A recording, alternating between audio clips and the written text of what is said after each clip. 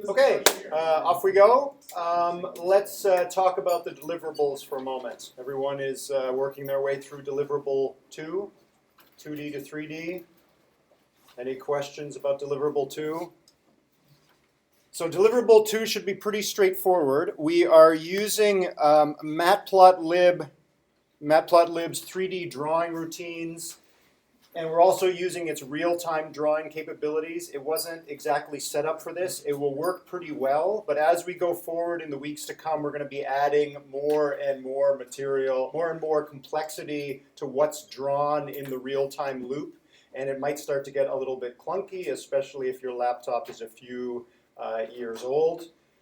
Should be okay. If you find as we go that Matplotlib is becoming an increasing drag on your system, some people in previous years have switched over to Pygame, which is, as you can imagine from the name, is a little bit better at doing real-time graphics.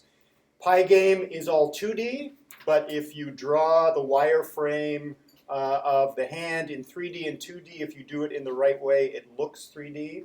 So if you want to switch over to Pygame, you can. You don't necessarily need to make use of Matplotlib, but hopefully for most of you, it should work perfectly fine. Okay, so just a reminder, having a look at the schedule for a moment, as always, so your deliverable will be due at 11:59 p.m. On Monday.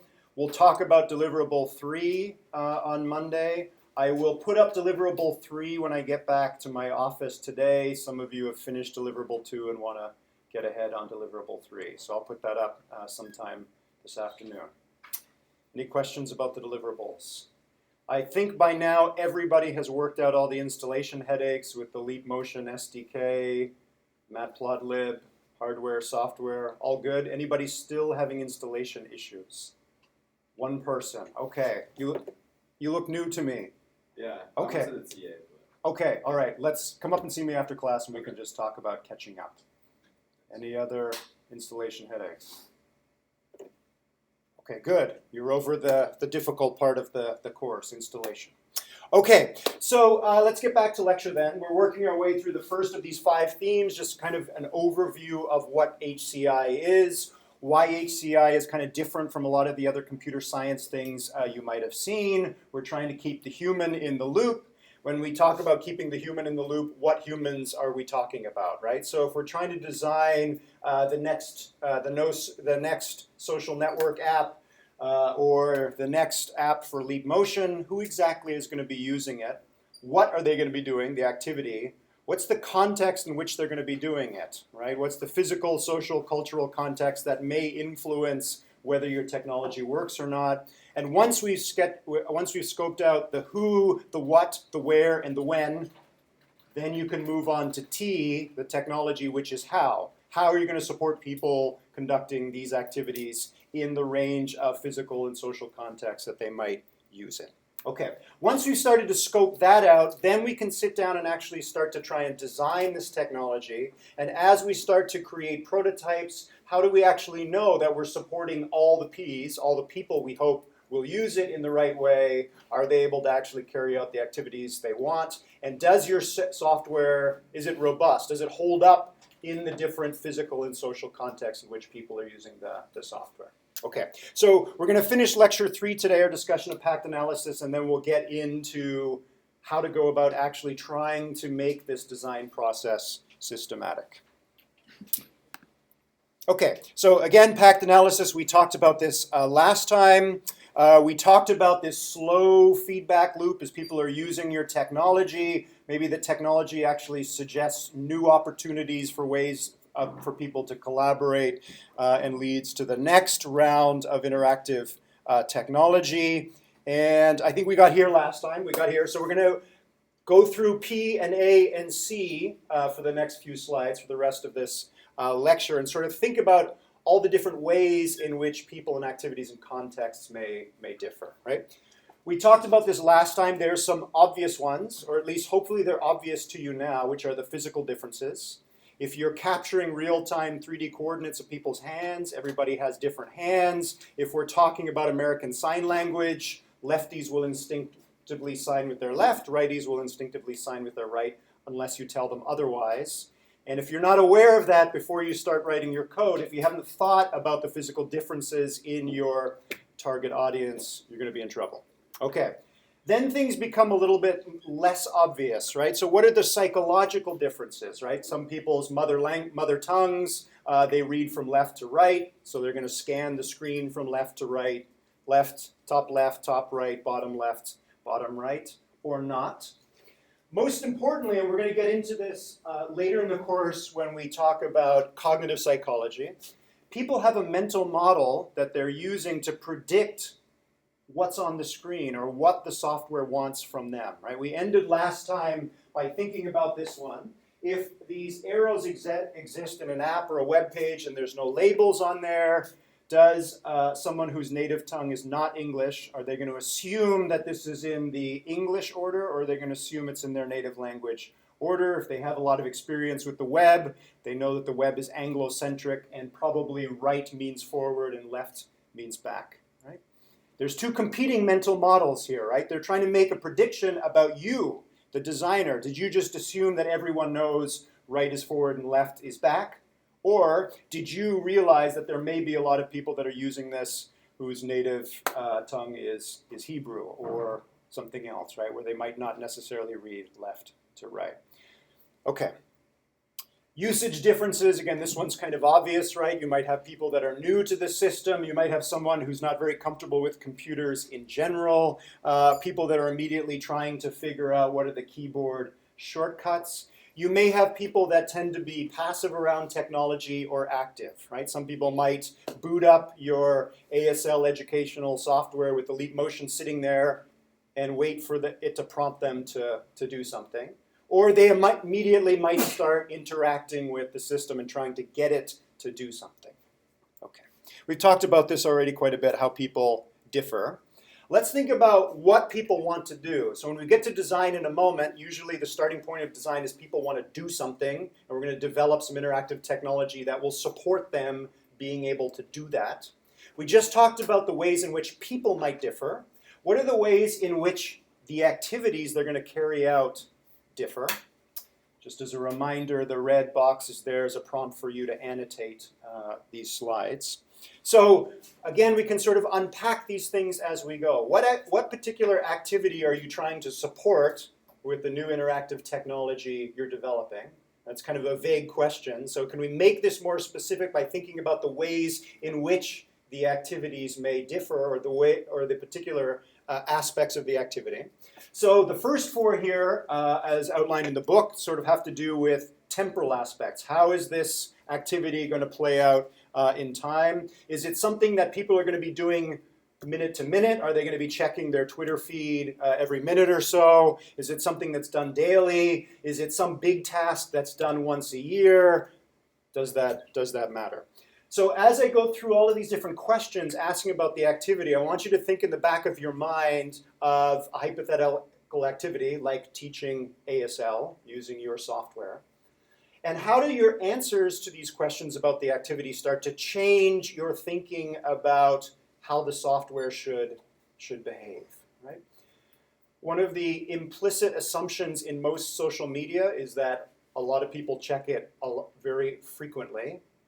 And if it's going to survive, it should change from minute to minute, right? Imagine you come back to your Twitter feed and it doesn't change. It updates every 24 hours, right? A social media app like that is probably not going to be very successful, right? There's some sort of assumption built into these that there's this continuous feed or this continuous change because most users of it are checking it on a very frequent basis. Okay. Usage history. Again, if you look at all of your users that are using your technology, is usage pretty smooth, or are there peaks and troughs? Are there peaks and troughs in usage of social media, or is it more or less continuous? Wouldn't it be like region by region? What do you mean by region? So like, let's say somewhere in the world it's like 2 in the morning, it's probably going to be less overall activity. Exactly, right? So we're thinking about physical and cultural context. So let's think big. Let's take Twitter worldwide. It's always 2 a.m. somewhere. Does it matter? There would always be activity. It just, yes. I mean, it depends on where you are, I guess. Has anyone ever looked at global usage of Twitter? Any ideas? Give you a hint, it's not continuous. Is that what half the math department's doing right now? What's that? What half the math department is doing right now? Oh yes, our math faculty are actually analyzing Twitter. Yes, exactly. Talk to Professor Dodds or Professor Danforth if you want to see what the history actually looks like. But as HCI designers who might be developing the next generation of social media, what do you think? Who's using it, when, and where? We just talked about physical and cultural context. I guess that people that have access to the internet, like maybe in developed countries, are using it while they're awake in the time zones. Absolutely. So now we're getting there, right? So it has to actually, so where the peaks, when are the peaks and when are the troughs?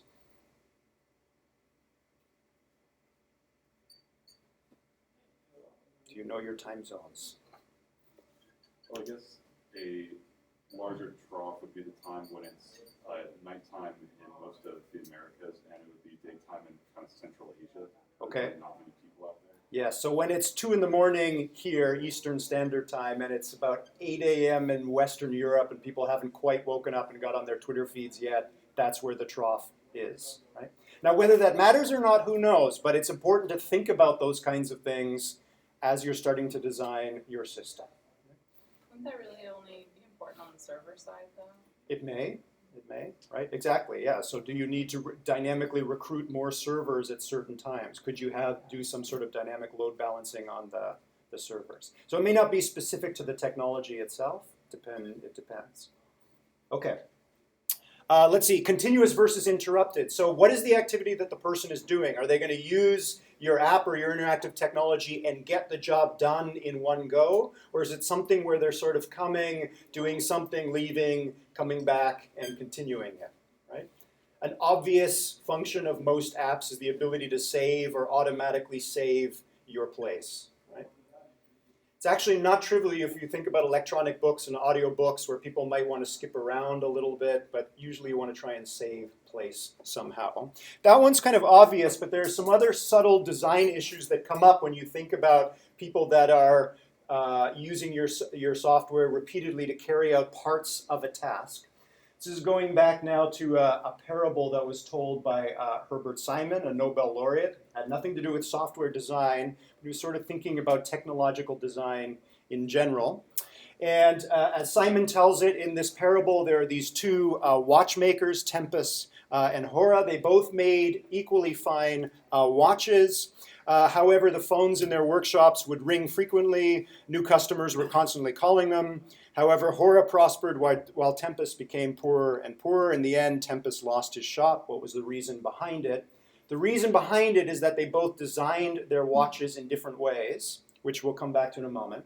And they designed their watches in different ways, given, or in Hora's case, Hora realized that he kept being interrupted. So this activity of building the watches was somehow influencing how they should be made.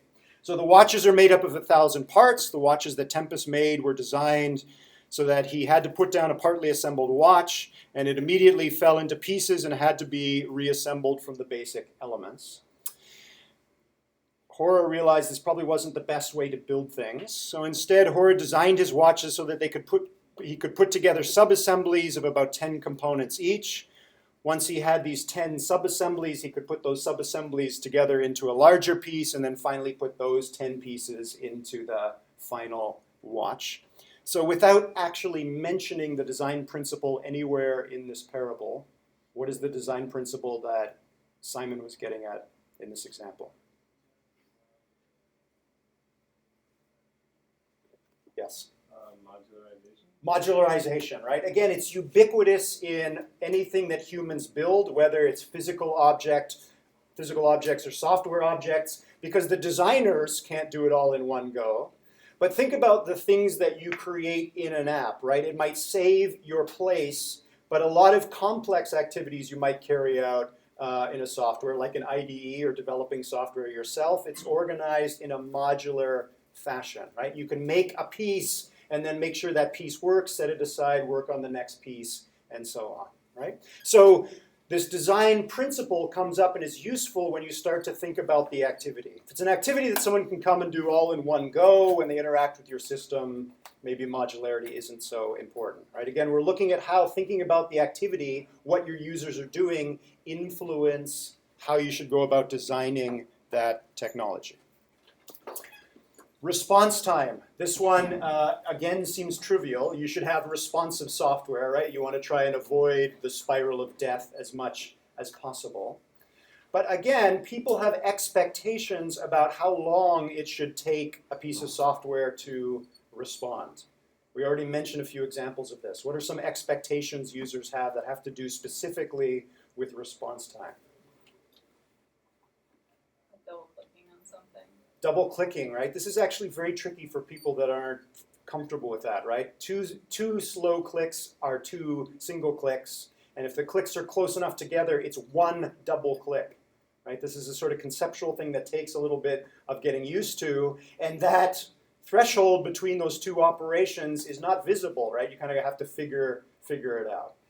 For those of us that are comfortable with computers, it seems trivial. For those that aren't, it's not always trivial. What else?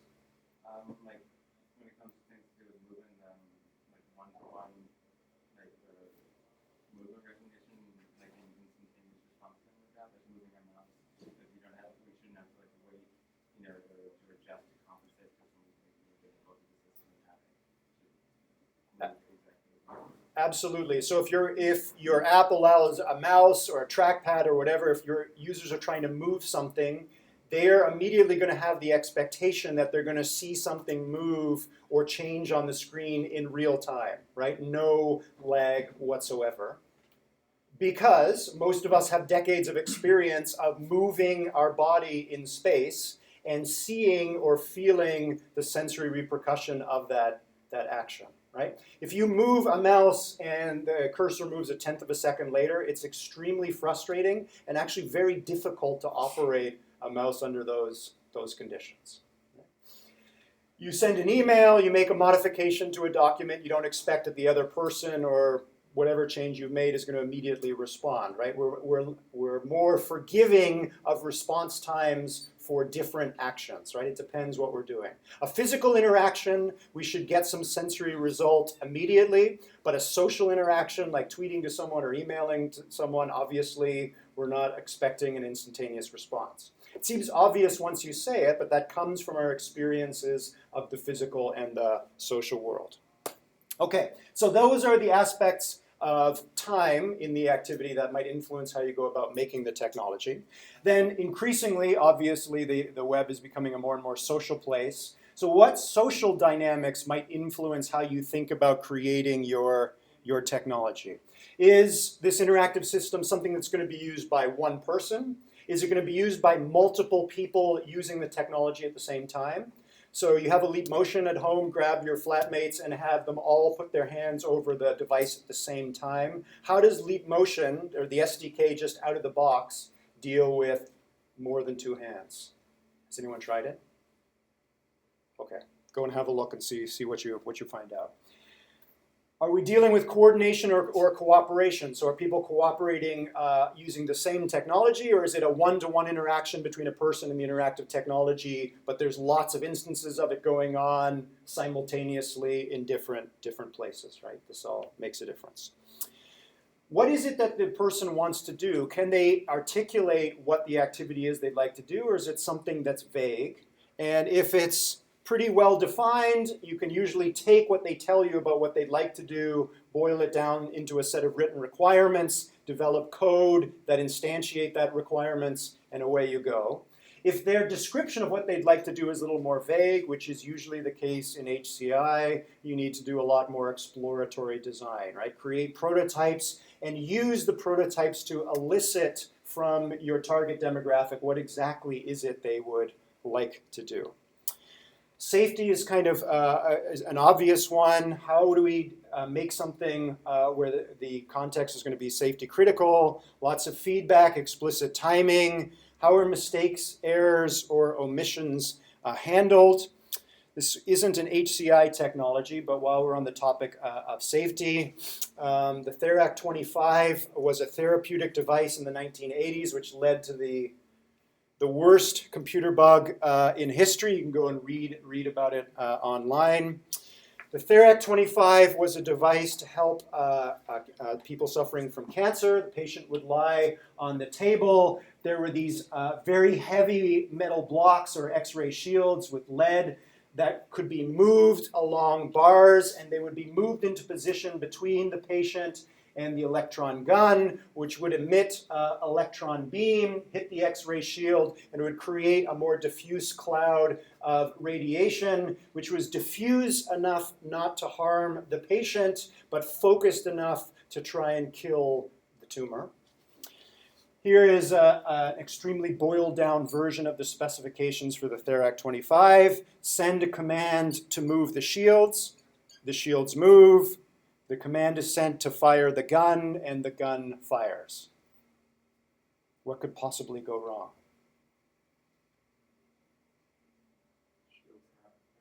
The shields are not in place. So the Therac 25 replaced the Therac 20, in which the shields actually moved faster in the older Therac 25 than they did in the older 20 than they did in the 25. There was an assumption built in that the blocks would just be in place. In retrospect, it seems terrible that such an assumption was made, but these things happen.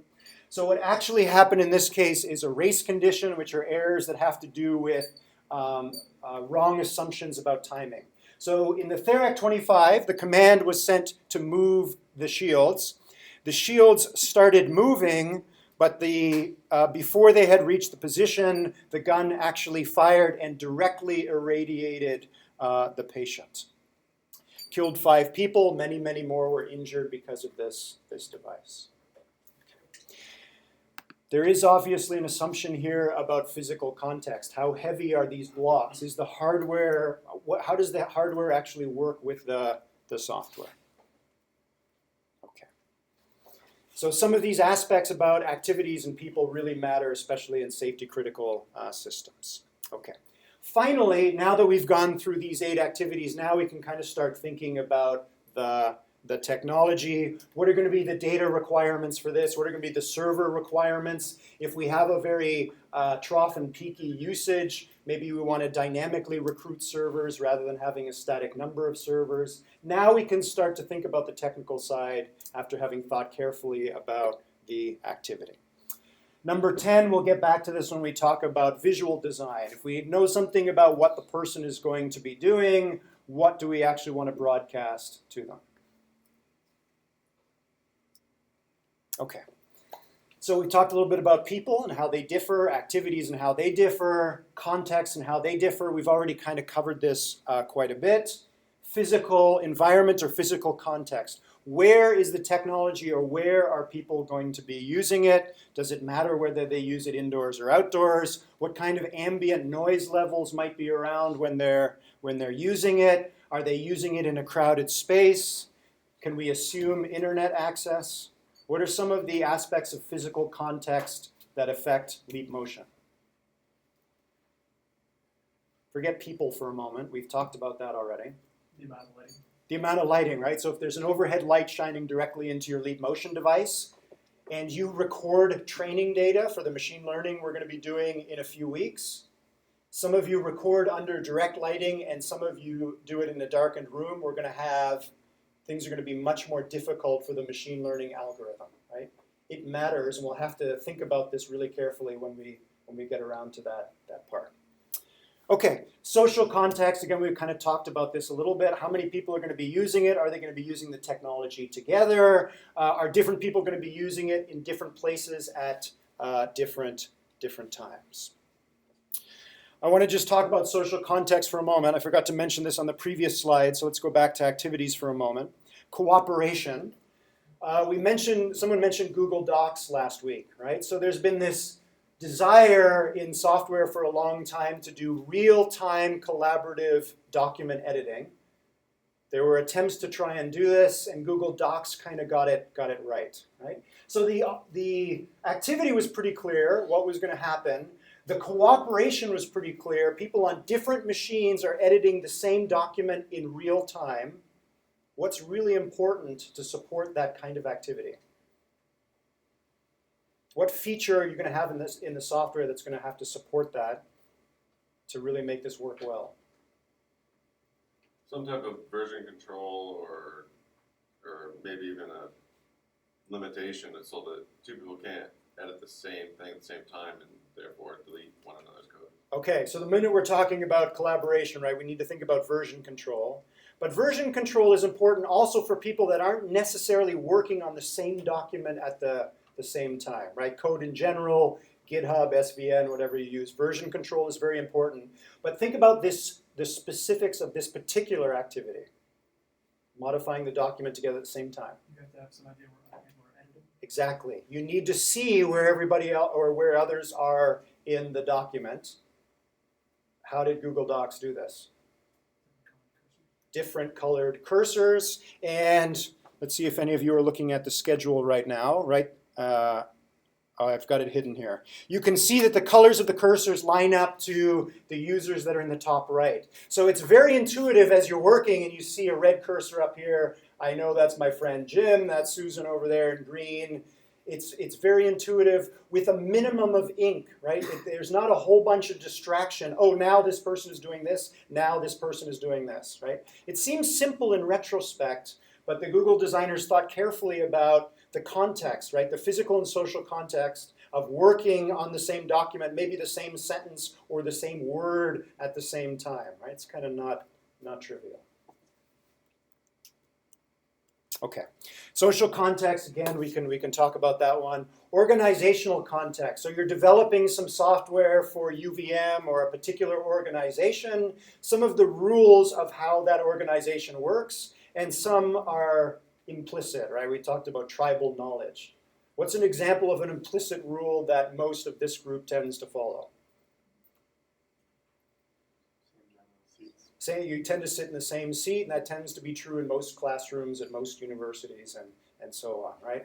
So if I wanted to write my Orwellian webcam that's going to record you all throughout lecture, and I wanted to do some face recognition, maybe I would be influenced in how I write the software based on that assumption if I were to realize it. Or some of you were able to realize it and say, it's not actually written down anywhere, but we tend to sit in the same place in the same class. Okay. Obviously, again, also once a technology is introduced, it also starts to change the organization in unexpected ways, which creates opportunity for new versions and new kinds of software. Okay, so we've talked a little bit about P and A and C. We're trying to think about who's going to use the technology, what are they trying to do, where and when are they going to use it. And now we want to think about our answers to those questions and how it's going to influence the technology. I mentioned there's a sister class to this one, software engineering, that focuses on the internals, right? Creating a lot of software, making sure that everything is computationally tractable, that it runs relatively quickly, and so on. That's not the focus in this class. The focus in this class is the complement, which is what are you actually showing to the user and what are you actually drawing from the user, right? So we're going to spend a lot of time in this class talking about input and output.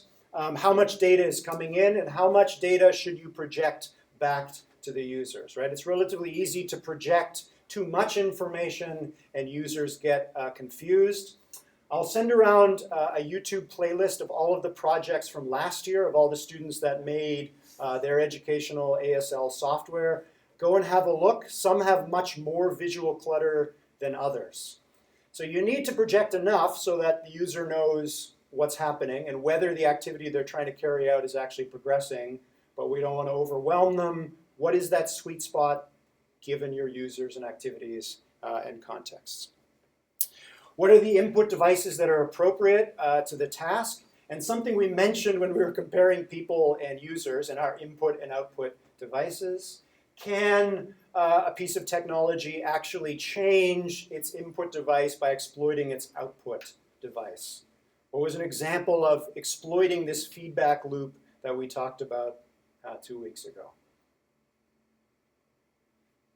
So at the moment, most input devices, most sensors on your technology are kind of passive. They wait for something to happen. What happens if we can create active technology that can move and broaden or focus the kind of information it can extract from the world? Yep. You mentioned like location-related applications. Okay, right, so exactly. So you're moving around and projecting, but it's us moving the phone. What are ways in which we move that broaden or sharpen our input from the world? You mentioned moving to see something that might be blocked by an object in the way. Exactly. So some of you are occluded at the back of the room. I can change that by moving, right? Most technology that we have so far doesn't move, or its movement capabilities are relatively limited. Once we have more active technology out here in the physical world with us, those opportunities for exploitation grow, right? So rather than thinking about a passive device that's sitting there waiting for input, what about devices that can go out and get their own input from the world? Okay, again, we're going to talk about visual design. Humans are primarily visual creatures. We get most of our input from screens rather than speakers.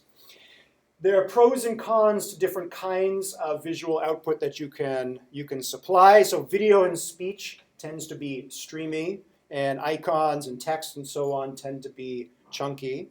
These have pros and cons. So chunky data is sitting there, right? It's not moving. I can refer back to the slides as we go. Streamy is much more, it grabs your attention, right? So if there is something that's moving or making noise on your screen, it is hard to not pay attention to it, right? The human brain just attends to things that move, but obviously things that move mean it's hard to remember what came before because the output is constantly changing. What is it that the person is trying to do? What balance of streamy and chunky data should you be providing to them? Okay, communication, so then the technology itself, how is it communicating horizontally? Is it communicating to other instances of the app and so on? Does that matter? Okay, so now trying to think about the technology, but again, thinking about it in regards to who's using it, what are they doing, where, and when. Okay. I love to use this example. BitTorrent, first of all, we're going to talk about visual design in a moment. BitTorrent or its ancestors were designed to try and allow people to share very large pieces of data. In practice, this tends to be illegally procured movies and music and so on. Right? This was an activity that sort of arrived when people started to get access to this kinds of data. But there was a problem, right? There was a bottleneck that whoever had the black market version of the latest movie, they got hammered because everyone was trying to download it from them. So the innovation of BitTorrent, or again its ancestors, was to say, let's take the first instance of that piece of data, chop it up into different pieces, send different pieces to different people, and then those people can act as both clients and servers for the initially unique piece of the data that they have. Okay, as you all know, that then created lots of opportunities or complications for our culture, which were Kind of killed the music industry. killed the music industry, or maybe changed it. Yeah, definitely they're feeling the brunt of this technology, feeling the repercussions of it. I've heard a lot of legality issues with copyright. Okay, so when people first started sharing illegal content, it was super easy to find the culprit, right? You knew who the server was and who the clients were. Typically, it made sense to go after the server rather than the client. Now everybody's implicated, right? You can try and go after everybody if you can afford enough lawyers, but it complicates things, right? It kind of spreads the risk or the blame, right? So it had lots of legal implications. Okay, so let's finish lecture 3 here by thinking about 2 examples. And in both of examples, I've sketched out for you a P and an A and a C. And I want you to turn to your neighbor and just take about 2 or 3 minutes and just verbally sketch out a technology that supports these P's and these A's and these C's. So just do it for both of them, and then we'll come back and discuss your ideas. Okay, go for it.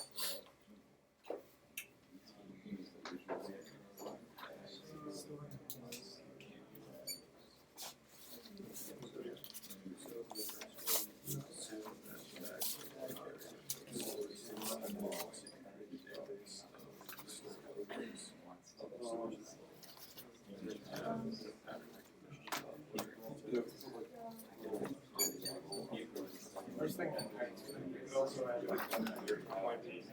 You could add like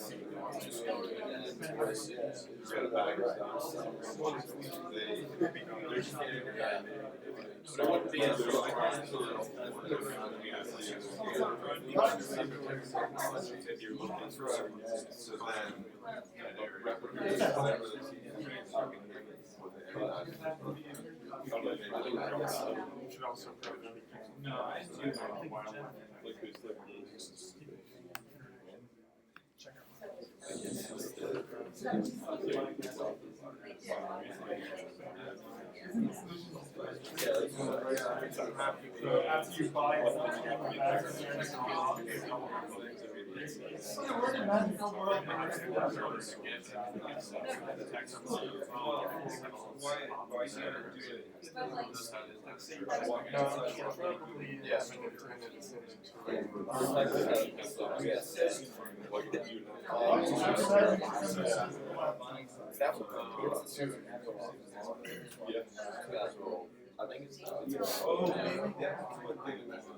They're doing that by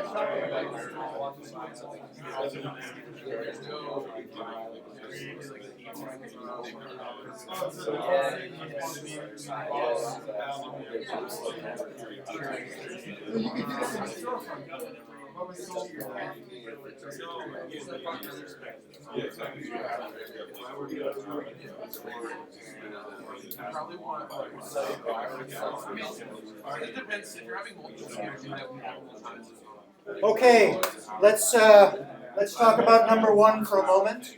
When I first taught this class, automatic targeted advertising was this scary thing that was out there in the future. We weren't there yet. We now obviously live in that world. What's the technology that you're going to create to support this activity? Ideas?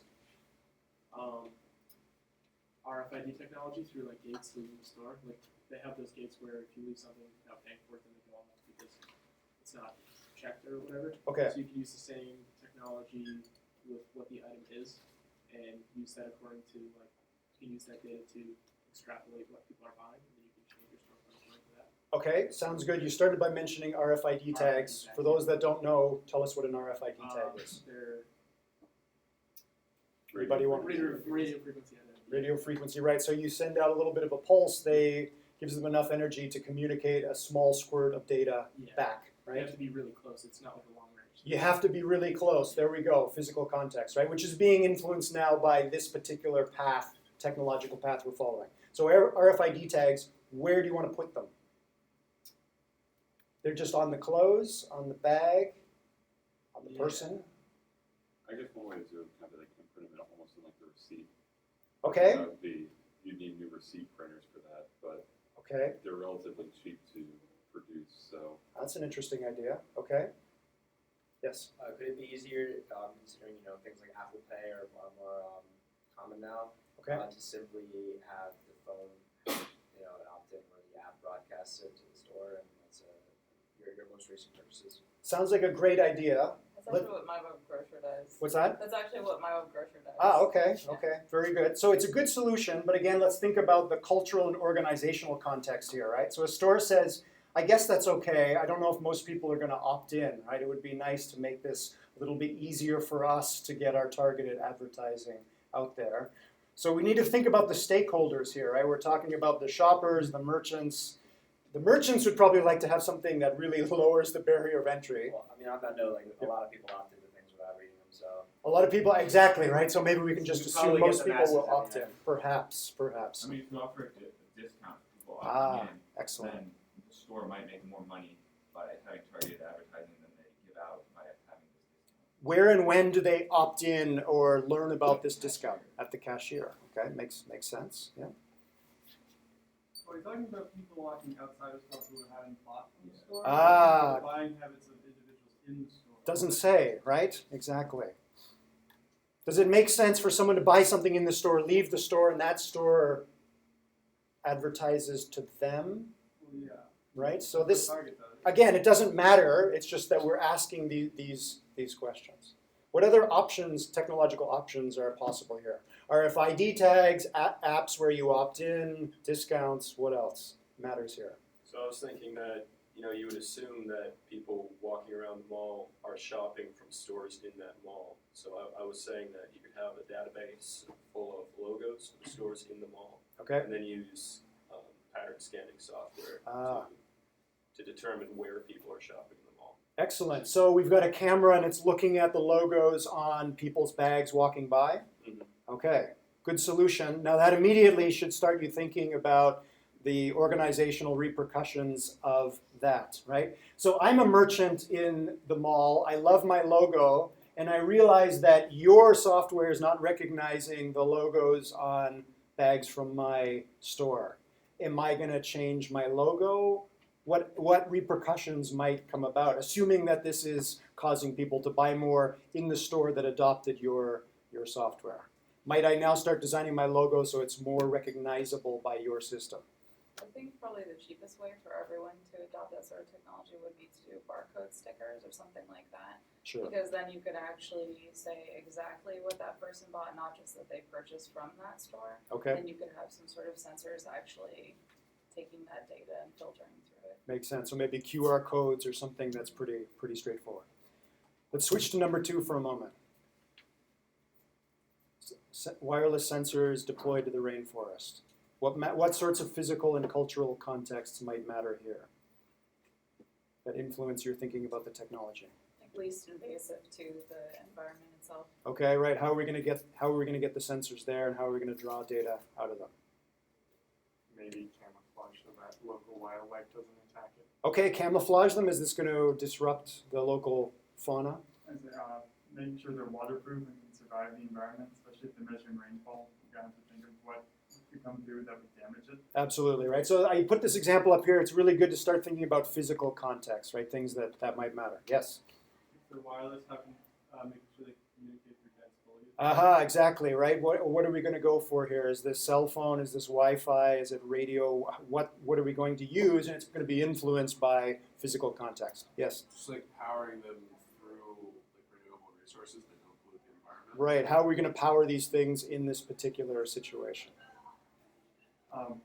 For a cultural one, will the native people let us put these sensors up? Depending on how we put them up, yes, exactly, right? So culture matters here too, probably. Okay, we got about 5 minutes left, so we're going to go through these 2 examples again, and I'm going to make one slight change to both of them. I'm going to change the context. When I do, I want you to turn to your neighbor and again talk about the T that you were just talking about, but think about how you're thinking about T. It's changed now that I've changed C on you. Clear? Okay. Regulatory body learns about your system in the mall and says, wait a second, you're automatically targeting ads to people of arbitrary age. New regulation, you can only do it for people that are 18 or older. Someone comes along in the specifications for this one and says, I'm sorry, it wasn't quite clear. We need to deploy the sensors in the canopy. Okay, turn to your neighbor, talk about how T changes in response to these changes in C.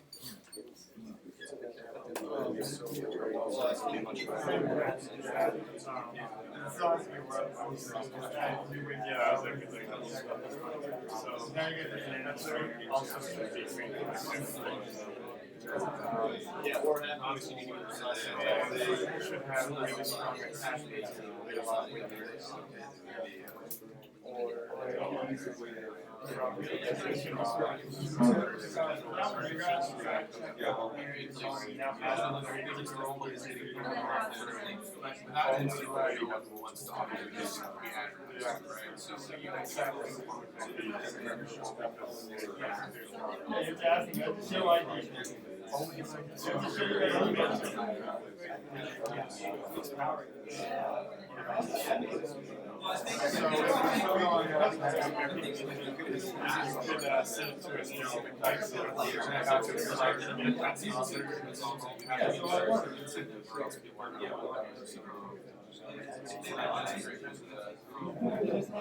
If they like, if you want to from it, I mean, yeah, also you have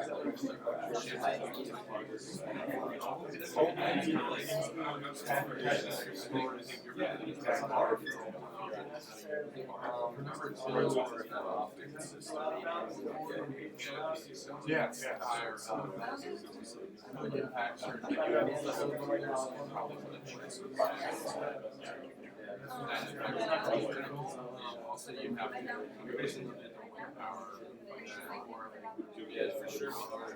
If you're going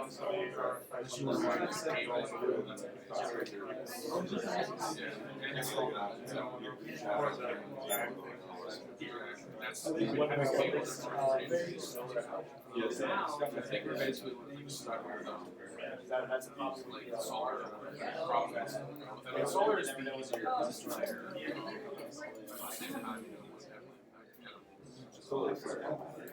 Okay, let's, we got a couple of minutes left, so let's talk about number one. How's your technology going to change? You could, like theoretically going forward in the future with Android Pay and iPhone Pay, you already have to have your age input. So if those people are paying with either one of those, that way you don't even have to ask them. Okay, so the app option looks a little bit more promising now, right? Because a lot of that's already been done for you by Apple Pay or what have you. Is that it? Are we going to give up on RFID and recognition so quickly? It runs into cultural context, but you can ask them at checkout their age. Okay. And then, but how do you verify that? You can show ID, but not everyone has ID, and then some people are offended when they're asked what their age is. Right, exactly. Is this going to influence my ability to sell things if I'm asking or requiring or what have you? We're thinking of a incentive-based, like opt-in type thing, where people only 18 and over could sign up for this service. Right. And there would be therefore a benefit to them somehow by giving them a better deal on something they're already shopping for. Okay, so well, let's say we put this in place. So now in the store, it's either through Apple Pay, it's already validated. Somebody walks out of the store and you validated that they're over 18, and out they go. And your system outside is now going to take a picture, or it's going to ping RFID tags. What could possibly go wrong? Someone who isn't. Who's carrying the bag, right? Who else is walking by nearby, right? There's still this recognition part of a camera or something that's detecting the RFID tags. How many RFID tags are in this room right now? I don't know, right? What is it actually detecting on the RFID? How specific are we going to have to be to ensure that we're actually pinging an RFID tag that's on a bag carried by someone who is 18 or older, right? Even if we try and put this proactive filter in place, no one gets a bag or an RFID tag that's under 18, is it still foolproof, right? What mall are we talking about? How many people are walking by outside? What is outside the storefront? It may or may not matter, especially if there's some regulations in place now and some lawyers are going to follow up on whether this is actually working or not. Okay, 1 minute left. Rainforest canopy. How did that change your thinking about this wireless sensor deployment? If it's up in the canopy that leaves It does or it doesn't? It could, Okay. depending on exactly where applications get to and solar than Okay, so maybe solar seems a little bit more preferable now. If it's up in the canopy, it should be as light as possible so it doesn't break any branches. Satellite communication then becomes a lot easier. And you'd want to have strong attachments so that when the wind blows, it doesn't fall. Okay, so lots of obvious physical things, right? It should be light, it shouldn't get blown out of the canopy. Those are the easier ones, right? What about cultural and organizational here? They're in the canopy. How are you going to get them there? How are they being placed in the first place? Are people climbing up in the trees and putting them there? Are they going up to check on them? How is this going to actually be done? Okay, I think we will stop here for today. We'll start in on the design process. On Monday, you have a quiz that's due at 11:59 tonight, and deliverable 2 is due Monday night. Have a good weekend.